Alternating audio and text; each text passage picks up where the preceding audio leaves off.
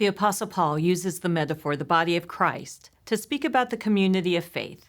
He says that the body has eyes, ears, hands, but not all of us can be hands or eyes. He uses this metaphor to emphasize that we have different gifts than other people and that we must use our gifts in working together. We must be united in our common purpose. He could have used the metaphor of a sports team. Way back when I was in high school, I played softball and I covered second base. It was my job to know how to field a ground ball or turn a double play and to keep the player on base from stealing another. One game, the pitcher was out sick and our bench was not very deep. The coach called me in to pitch. I am not a pitcher. It was the longest game of my life as I was walking one player after another and the innings stretched out until dark. Everyone on a softball team knows that the goal is to win, to be champions. What's the goal for the body of Christ? What is the purpose of the community of faith?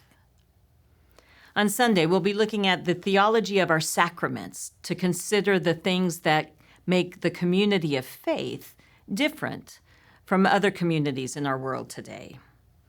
And in naming the differences, we might find what it is the world needs from the church.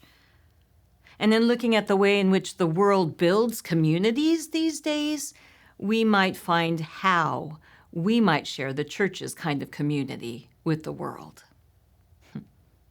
One early memory of my softball days was when I was playing second base and a grounder came my way. Oh, but I was distracted and I failed to put my glove to the ground and the ball rolled right between my legs. I beat myself up about that. But I was humiliated when my coach pulled me from the game. One thing I know is that our coach, Jesus, never pulls us from the game. But he does work to keep us from being distracted. I hope you'll join us on Sunday.